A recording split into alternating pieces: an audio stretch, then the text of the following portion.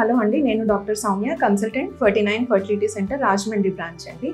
ఈరోజు ectopic pregnancy అంటే ఏంటో తెలుసుకుందాం. ప్రెగ్నెన్సీ అనేది గర్భసంచిలో కాకుండా వేరే ఏ ప్లేస్లో అయినా, అంటే ట్యూబ్స్లో అయినా, ఓవరీలో అయినా కానీ స్కార్ ప్రెగ్నెన్సీ అని అంటాం. ఎక్కడైనా కానీ ప్రెగ్నెన్సీ ఫామ్ అయితే దాన్ని ఎక్టోపిక్ ప్రెగ్నెన్సీ అని అంటాం. దీన్ని ఎలా డయాగ్నోస్ చేయాలి? రిప్రొడక్టివ్ ఏజ్ గ్రూప్లో ఉన్న విమెన్ ఎవరికైనా కానీ ఒకవేళ పీరియడ్స్ రెగ్యులర్గా పీరియడ్స్ ఉన్న వాళ్ళకి పీరియడ్స్ స్కిప్ అయినా, డిలే అయినా, లేదా పీరియడ్ కరెక్ట్గా వచ్చింది కానీ స్పాటింగ్ లాగా అవుతుందన్నా ఒక్కసారి యూరిన్ ప్రెగ్నెన్సీ టెస్ట్ చేసుకోవడం అన్నది కరెక్ట్ థింగ్ అండి. యూరిన్ ప్రెగ్నెన్సీ టెస్ట్ చేసుకుని ప్రెగ్నెన్సీ టెస్ట్ మైల్డ్ పాజిటివ్ ఉన్నా కానీ, లేదా 2 లైన్స్ కనిపించినా కానీ ఒకసారి స్కాన్ చేసుకోవాలి. స్కాన్లో నిర్ధారణ చేసుకోవాలి ప్రెగ్నెన్సీ అన్నది ఎక్కడ ఉంది అని. గర్భసంచిలో ఉంటే సేఫ్ అండి, లేదు అంటే కనుక మనం చూసుకోవాలి ట్యూబ్స్లో ఉందా, ఓవరీస్లో ఉందా, వేరే ఎక్కడైనా కానీ ఉందా లేదా అని.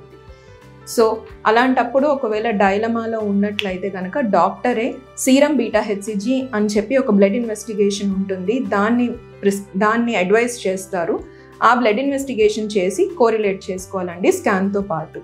కాసెస్ ఆఫ్ ఎక్టోపిక్ ప్రెగ్నెన్సీ ఏంటంటే, యూజువల్గా ఒకవేళ ట్యూబ్స్లో కానీ ఏమైనా ఇన్ఫెక్షన్ ఉన్నా, ఇది వరకు ట్యూబ్స్లో నీరు చేరినట్టున్నా, హైడ్రోసాల్పింగ్స్ అంటాము, లేదా పయోసాల్పింగ్స్ అంటాము, పస్ ఫామ్ అయినా, లేదా రికరెంట్ ఇన్ఫెక్షన్స్, పిఐడీస్ అలాంటివి ఏ ఉన్నా కానీ, క్లమైడియా, గోనోరియా ఇవన్నీ పిఐడీస్ని కాజ్ చేస్తాయి అన్నమాట. ట్యూబర్క్లోసిస్ లేదు అంటే ఇది వరకు ట్యూబల్ సర్జరీస్ కనుక ఏమైనా అయినట్లయితే, ఇది వరకు ఎక్టోపిక్ వచ్చిన వాళ్ళలో కానీ, లేదా ఐవీఎఫ్ ప్రొసీజర్స్, ఎంబ్రియో ట్రాన్స్ఫర్ అలా చేయించిన వాళ్ళలో కార్నల్ ప్రెగ్నెన్సీ అని అంటాము, అది కామన్ అండి.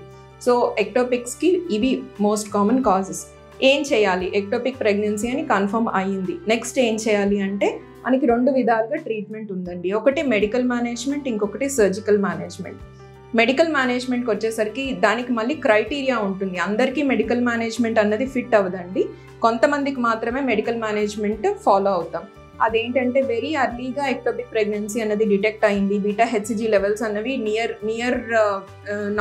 నియర్ సేఫ్ రేంజ్ ఉన్నాయి, లెస్ దాన్ 6000 ఉన్నాయి, లేదంటే ఇంకా కార్డియాక్ యాక్టివిటీ అన్నది డెవలప్ అవ్వలేదు, సాక్ సైజ్ కూడా లెస్ దాన్ 3.5 సెంటీమీటర్స్ ఉంది, హిమోడైనమిక్గా స్టేబుల్గా ఉంది మదర్, వేరే ఏ కాంప్లికేషన్స్ లేవు, ఇలాంటి వాళ్ళలో ఎక్స్పెక్టెంట్ మేనేజ్మెంట్ చేయొచ్చండి. బట్ వీళ్ళు ఏంటంటే సీరియల్గా బీటా హెచ్సిజీ చేసుకోవడానికి మన దగ్గరికి రాగలిగే యాక్సెసిబిలిటీ ఉన్న పేషెంట్స్, ట్రస్ట్ వర్తీ పేషెంట్స్కి మాత్రమే మనం ఎక్స్పెక్టెంట్ మేనేజ్మెంట్ కానీ మెడికల్ మేనేజ్మెంట్ కానీ వీ విల్ సజెస్ట్.